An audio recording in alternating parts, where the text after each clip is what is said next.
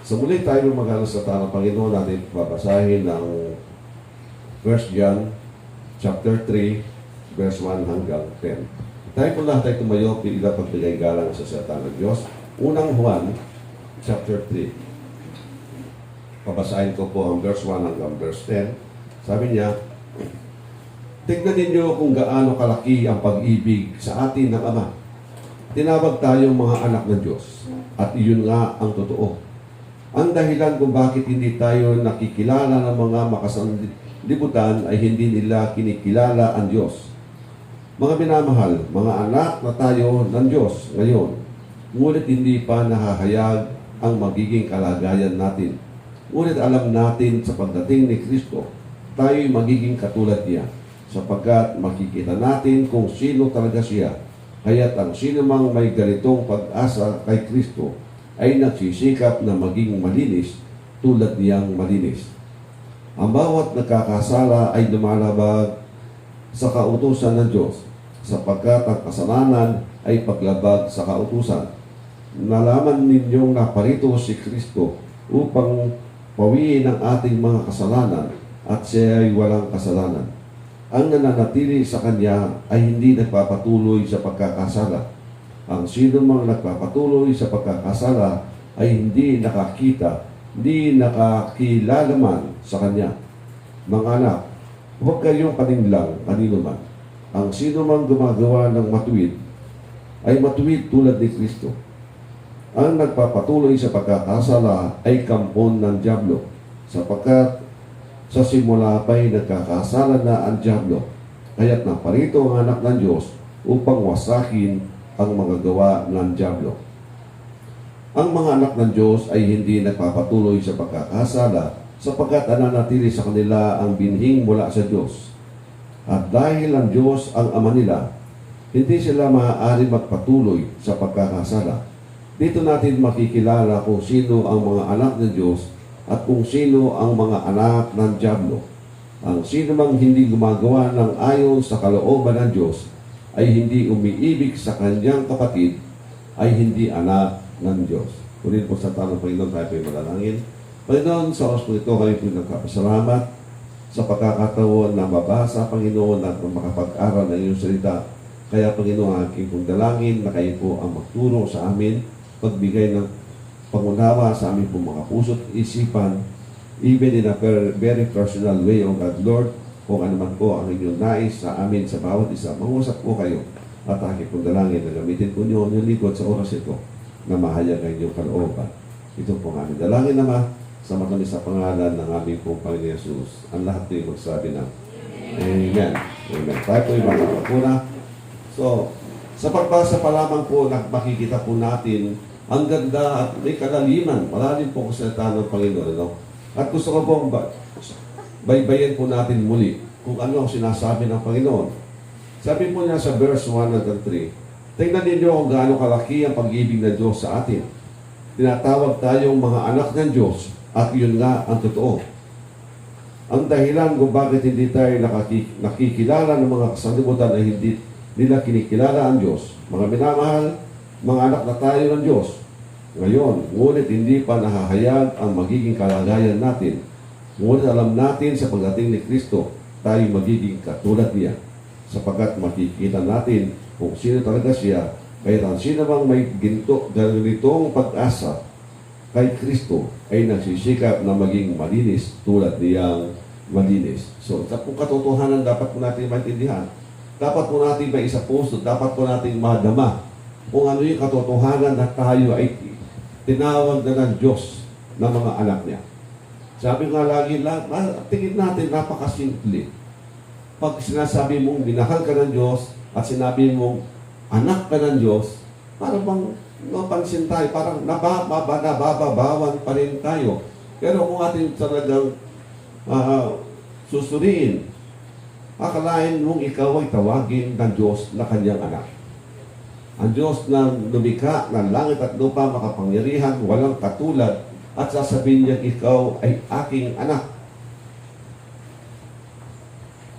Alam po ba niyo, bagamat sinabi ng Bible, ako po iba ako mag-isip na kunti minsan.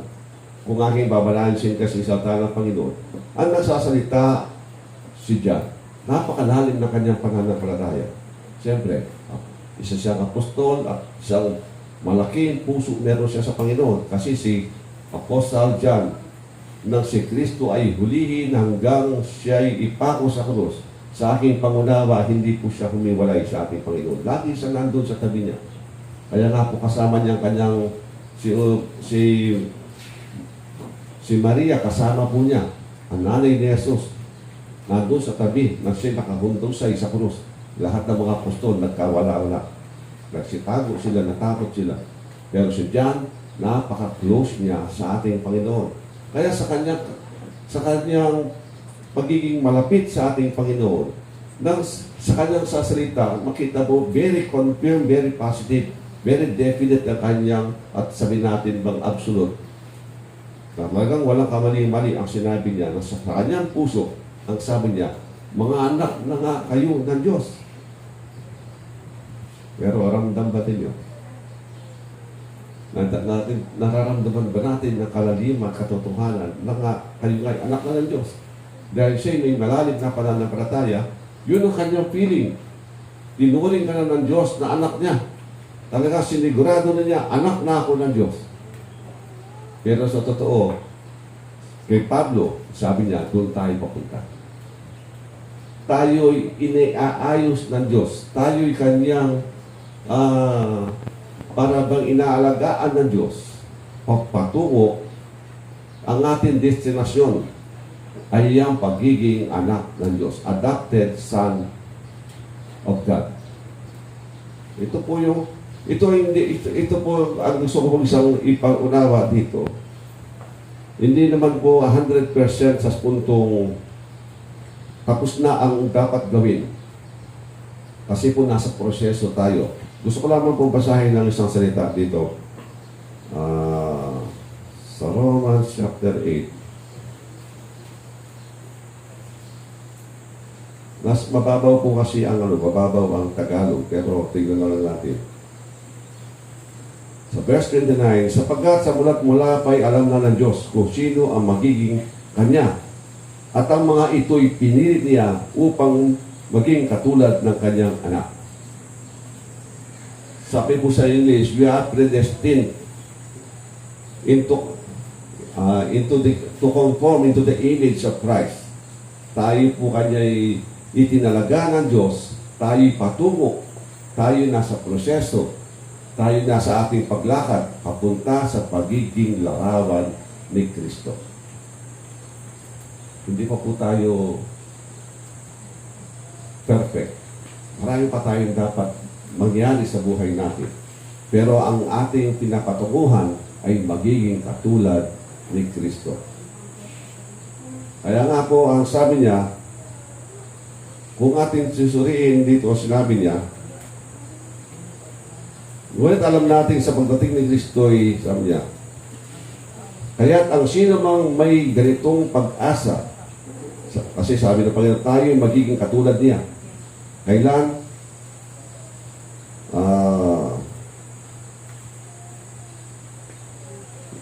Ngunit alam natin sa pagdating ni Kristo, tayo magiging katulad niya. Kailan tayo magiging katulad niya? Sa kabuuan, pagdating ni Kristo. Kasi i-adapt tayo ng Diyos. Balikan ko lamang po yung ng predestination. Ang predestination hindi po tungkol sa kaligtasan.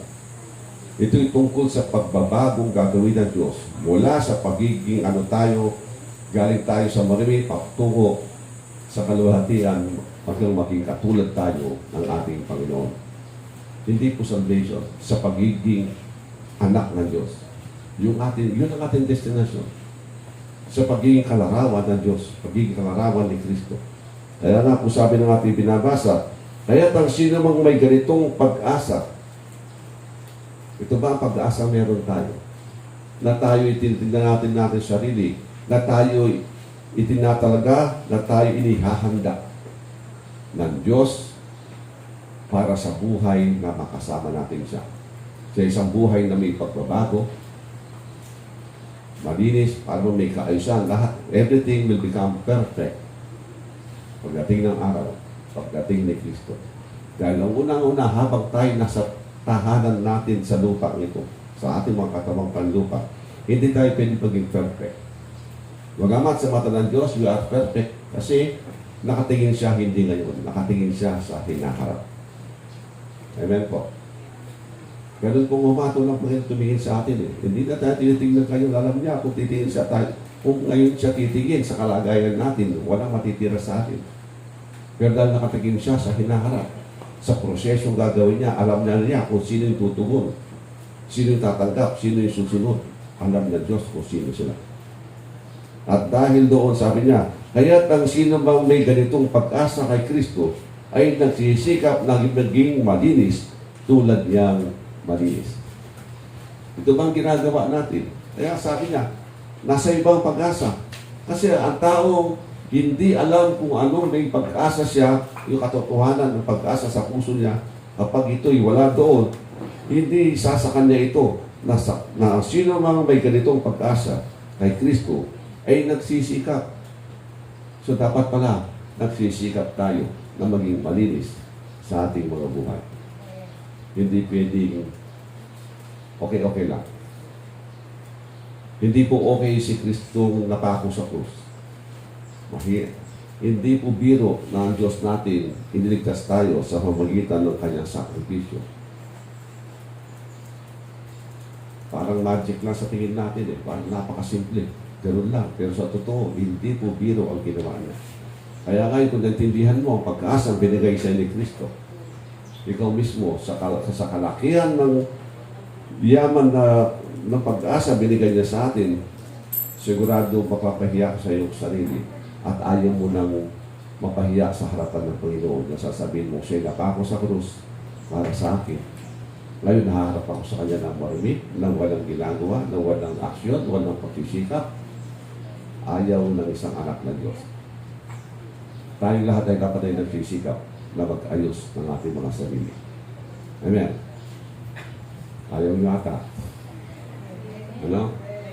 Dapat talagang nag-aayos tayo. Hindi pwedeng ligtas na ako. Ay, sandali, di ka.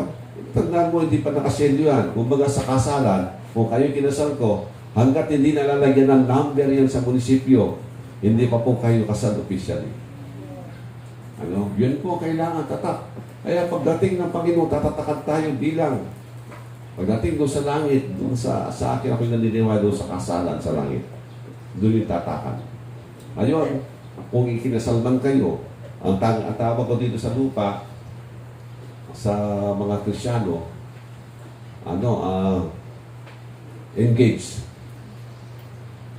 Engage kayo. Itinakda rin kasal. Kasama kayo tayo doon. Kasama tayo doon. At wala lagi ko sinasabi, kapag kayo itinakda na ikakasal, hindi na kayo tinitingnan na ibang tao ng inyong magiging manugang. Di ba? Tingin na sa inyo, anak. Hindi ka na tinuturing na iba. Yun ang tingin sa iyo. Ganon din ang Ama sa atin. Sakit. Dahil nandito pa tayo, hindi pa tayo kinakasal sa Kanya. Sa Kanyang anak. Sa verse 4, ang bawat nagkakasala ay lumalabag sa kautusan ng Diyos, sapagkat ang kasalanan ay paglabag sa kautusan. Nalalaman ninyong naparito si Kristo upang pawiin ang ating mga kasalanan, at siya ay walang kasalanan. Ang nananatili sa Kanya ay hindi nagpapatuloy sa pagkakasala. Ang sino man nagpapatuloy sa pagkakasala ay hindi nakakita ni nakakilala man sa Kanya. Ibig sabihin, kapag tayo nagpapatuloy sa pagkakasala na sinatawag natin ating mga sarili, mga Kristiyano, ang sabi ng ni Apostle John, hindi mo tunay nakilala ang Diyos. Kung talagang tinamaan ka, kung talagang naintindihan mo, para ka masyasyak sa ginawa ng Diyos. Hiyang-hiya ka. Ayaw mo nang magpatuloy sa pagkakasala. Dahil ito ang dahilan kung bakit siya bumaba at napako sa krus. Para linisin tayo sa kasalanan.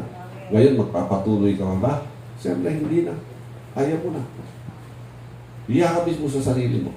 Bagamat tayo nagkakasala, kaya nga nasabi ko minsan may darating na oras na nahihiya ka nang humarap sa Diyos. Yung kasalanan mo, paulit-ulit na lang kuminsan eh. You know? Pero mabiyaya, mahaba rin ang Diyos. Tayo na lang ang nahihiya. Pero ang Diyos, hinihintay tayong manalangin, lumapit, magsisi sa kanyang harapan. Amen? Ganun po naman ang Panginoon. Pero darating ka sa punto kasi kapag naintindihan mo na, nahihiya ka. At tulad tayo ng mga human nature yan, yung mga high priest noon, na sila nag-aalay ng dugo, taon-taon. Hindi sila nagiging masaya kung hindi lalo sila nakokonsensya. Kasi sabi nila, ginawa ko last year, ginawa ko nakaraang taon, ngayon nandito naman ako, pareho pa rin ang aking paghahandog na pagiging ng tawad. Parang paulit-ulit na lang kami po. Naging damdamin din po ng mga high Christian noon. Para bang instead na maging malaya pakiramdam nila, lalo silang nabibigatan sa kanilang puso dahil nahihiya sila sa harapan ng Diyos. Hindi dahil hindi sila tinatanggap ng Diyos, hindi dahil doon, kundi sa kanilang sarili, paulit-ulit na lang ang ginagawa kong ito. Kaya hinihintay nila ang pagdating ni Kristo. Yun ang tunay na maglilinis at magtatapos ng lahat ng usapan. Pero ganoon naman, sa isang anak, para tayo mga prodigal son, na tayo bumalik, hindi na ako dapat lumapit pa sa aking ama na magtawagin niya maging anak, ako'y magiging alipin na lang niya. Hindi pa siya nagsasalita, niyakap na siya ng kanyang ama pinalikan. Ganoon po ang Diyos sa kanyang mga anak. Amen? So, darating po kayo sa punto ko minsan. Pero sa development po yan, i-develop po kayo, tatatag kayo. Verse 7, mga anak, huwag kayong paninglang kanino man. Ang sino mang gumagawa ng mabuti ay matuwid tulad ni Kristo. Ang nagpapatuloy sa pagkakasala ay kampon ng diablo. Ito na po yung sabihin ko sa inyo. Hindi po ako nagsabi niya. Binasa ko lang. Ayaw nung matawag. Kung kayo man ay nagkakasala, huwag kayong manatili dyan, matutuluyan kayo. Huwag kayong mag-ipaglaro sa kasalanan. Kasi meron pong pangil yan na makamaya, kaya ay ikaw mismo, maadik ka na. Ayaw mo nang lumabas. Ang hirap po yan. Ulitin ko, mga anak, huwag kayong paninglang kanino man. Ang sino mang gumagawa ng matuwid ay matuwid tulad ni Kristo. Ang nagpapatuloy sa pagkakasala ay kampon ng diablo, sapagkat sa simula pa ay nagkakasala na ang diablo. Kaya't naparito ang anak ng Diyos upang wasakin ang mga gawa ng diablo. So ito ang purpose. Meron po kasing mga tutulong, di ba, ng mga hyper grace. Hindi mo na kailangan magsisi kasi 2,000 years ago, pinatawad na ng Diyos, napako na sa krus. So lahat ng kasalanan from past to future, bayad na lahat yan. Bayad nga sa puntong magbago ka.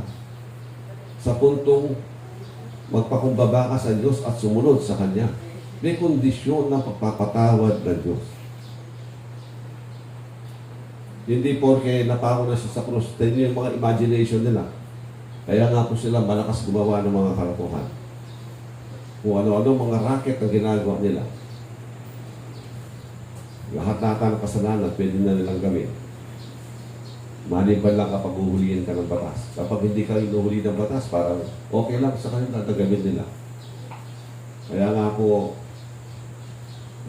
nandun po yung immorality, nandun yung pandoloko. Kasi sabi na, mahabagin naman ang Diyos, pinatawad na ako ng Diyos. 2,000 years ago, tapos na yung usapan. Kaya hindi ka na kailangan magsisit manalangin para sa iyong kasalanan. Sino ba nakarinig na sa inyo? Di ba? Narinig nila sa iba. Yun ang mga turo nila. Pero maliwanag ang sinasabi ni Apostle John. Siya na mismo nagsabi.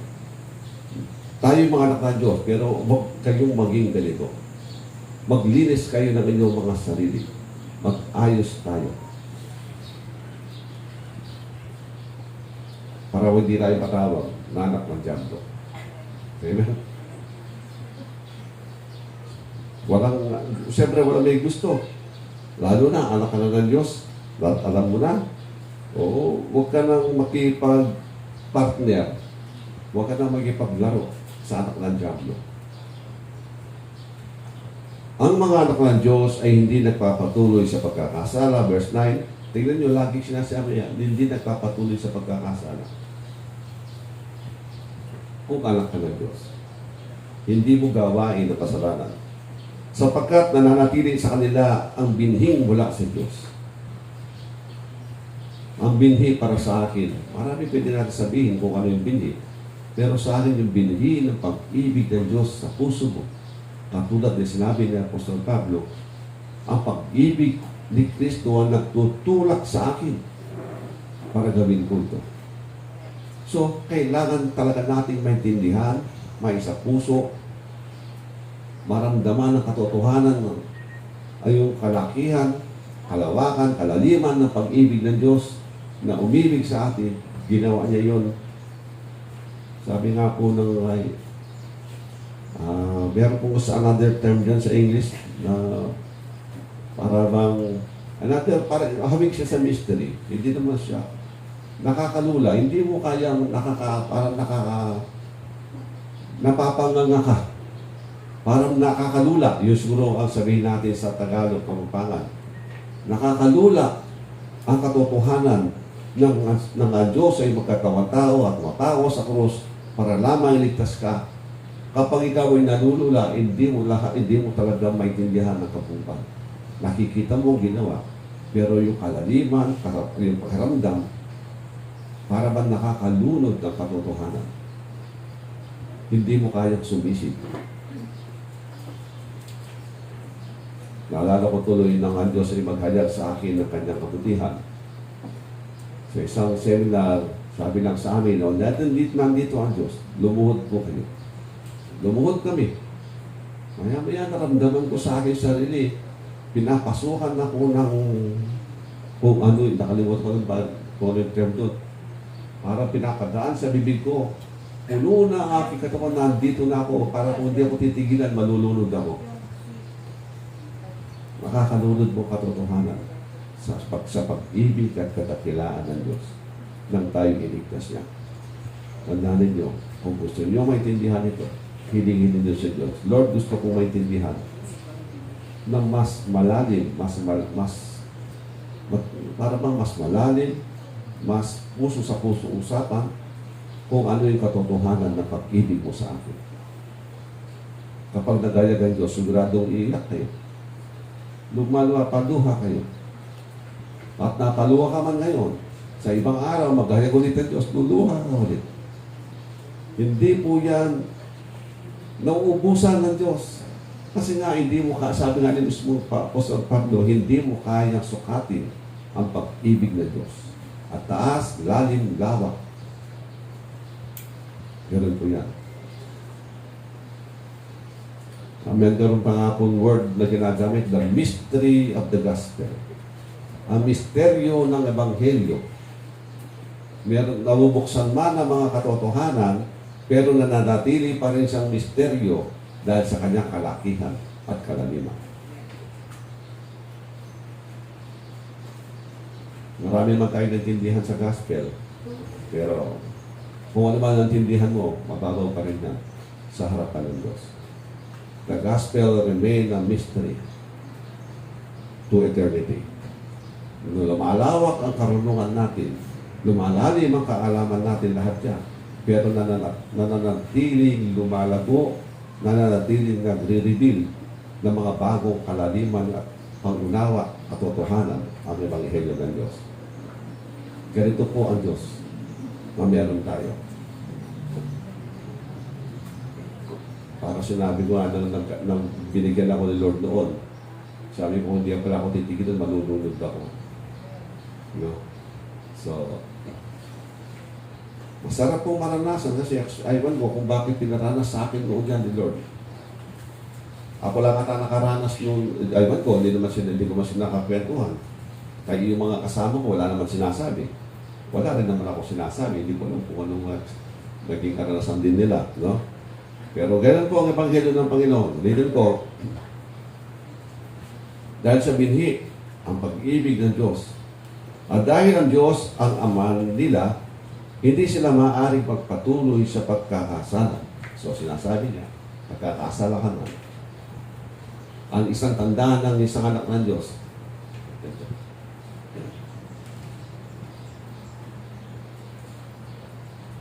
Kapag nakakagawa ng mali, sabihin na natin, halimbawa, meron siyang nagawa. Masaya siya.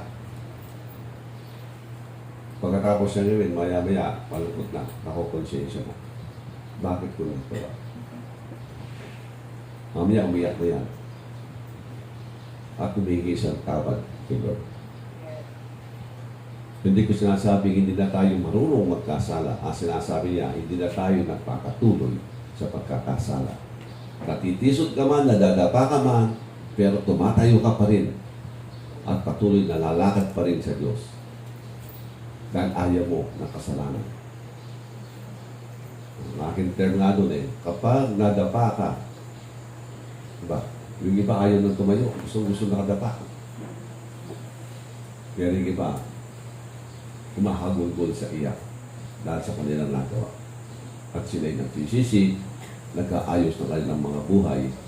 At nawa, huwag tayong dumating doon sa puntong kakaibang kasalanan.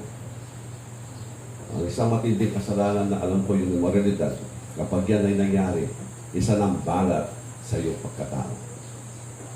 Kaya huwag tayo makipagbiruan. Yan ang number one na kasalanan na mahirap. Pinatawad ka man, pero may balat ka. Dala mo yan habang buhay.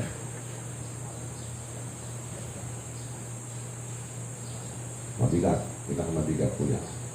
Lalo na, pag nag-minister sa isang nag-minister.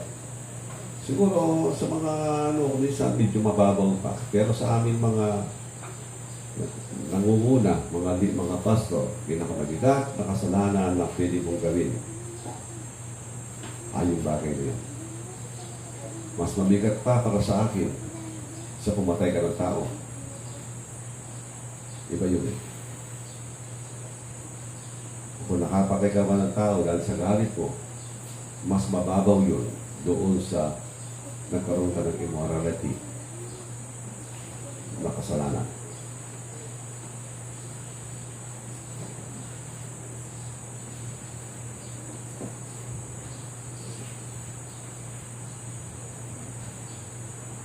Sabi po niya ulit, dito natin makikilala kung sino ang mga anak ng Diyos at kung sino ang mga anak ng Diablo. Ang sino mang gumagawa ng ayon sa kalooban ng Diyos, ang sino mang hindi gumagawa ng ayon sa kalooban ng Diyos at hindi umiibig sa kanyang kapatid, ay hindi anak ng Diyos. So, dalawa ang sinabi niya. Pero kapag ang isa ginagawa mo, 50-50 ka na. Ulitin. Isipin natin mabuti. Dalawang sinabi ng punto. Sabi niya, dito natin makikilala kung sino ang mga anak ng Diyos at kung sino ang mga anak ng Diablo. Ang sino mang hindi gumagawa sa kalooban ng Diyos, o pasaway, ibig sabihin. Pasaway ka na, at hindi ka pa makitaan ng pag-ibig sa puso mo. Isa lang ibig sabihin, hindi ka anak ng Diyos. Kaya kanino ka anak? Hindi naman lang sinabi, pero kanina sinabi niya, dito natin malalaman kung sino anak ng Diyos at anak ng Diablo. At binanggit na ngayon, ang conclusion, hindi ka anak ng Diyos. Kanino ka anak? Sa Diablo. Ang sino mang lapastangan sa kautusan ng Diyos at hindi pa marunong umibig, hindi makitaan ng pag-ibig, ang sinasabi niya, tunay na hindi ka anak ng Diyos. Kaya ngayon, kung kayo'y isa sa mga ito ang hindi nyo ginagawa, patabi, problema nyo, lumalakad na kayo sa Panginoon. Lumalakad na kayo sa Panginoon. Kasi kapag ang tao ay nakakagawa ng mali, may pag-ibig sa Diyos, sa kanyang kapwa, kapag nakita siya ng kapatid, nakukonsensya siya, nagtatago. Yun po ang magiging bunga nun Kasi kapag ikaw may ginagawang mali, nakita mo yung kapatid mo sa pananampalataya, nagtatago ka. Medyo okay ka pa. Kasi nagtatago ka pa Kaya kung gumagawa ka ng mali, nakita mo yung kapatiran, at wala kang konsyensya umaharap pa sa kanya, hindi mo na, hindi sabihin, hindi mo siya tinuturing na kapatid. Hindi ka na marunong mahiya. Isa na siyang estranghero sa harapan mo. Kapag gumagawa ka ng mali, ni konsyensya magtago sa harapan nila, hindi mo na ginagawa. May pagmamalaki ka pa. Nakakalungkot sabihin, ito yung sinasabi na tingin ko, na sinasabi ng Bible, na hindi ka anak ng Diyos. Kung ikaw naman ay meron kang ginagawa mo yung tama, hindi mo mahal ng kapatid, 50-50 ka na. Kasi kapag naisipan mo ang isang bagay na ayaw ko na rito, nagsawa na ako, wala ka na konsyensya, walang ihihila o pipigil sa iyo konsyensya na mahiya ka sa mga tao na nakakakita sa iyo. Kaya delikado. Naintindihan mo ba niyo ako? Ibig sabihin. Kasi kapag hindi mo mahal ng kapatid, maayos ka man, pero nasa danger zone ka. Kasi kapag merong isang bagay na lumapit sa iyo na malaking pakinabang o malaking pakonsyelo, mamaya, mas mahal, dahil wala kang pag-ibig sa kapatid, ang pag-ibig mo doon mapupunta. Mawawala ka na. Kaya po, ang punto nito, dalawa, huwag tayong magipaglaro sa kasalanan at matuto tayong ibigin ang bawat isa dahil minahal tayo ni Kristo na ang buhay niya ibinigay para lamang maligtas ka. Amen? Palakpakan po natin ang Panginoon. So,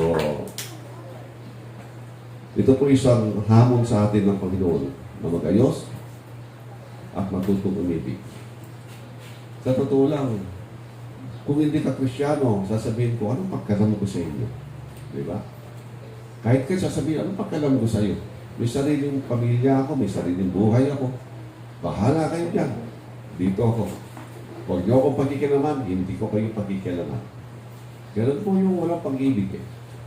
Pero dahil sa pag-ibig ni Kristo, siya po ang nagbuklod sa atin. No? Siya ang nagtali at meron ka ng pakialam sa bawat isa. No? Dahil ng pag-ibig ni Kristo, sabi nga, ang siyang nagtutulak sa atin na maging gayon tayo. Sabi nga ni Pastor Pablo, kung ako man ay mistulang sira ulo, ito dahil sa Diyos. At kung matino naman ang nakikisip, sa ikabubuti naman ninyo. Amen? So, dahil sa pag-ibig na tinanggap niya, naunawaan niya gaano kalaki, kalalim, katotoo, at akila ang pag-ibig na ito ng Diyos sa atin. Amen? Palakpakan po natin ang Panginoon.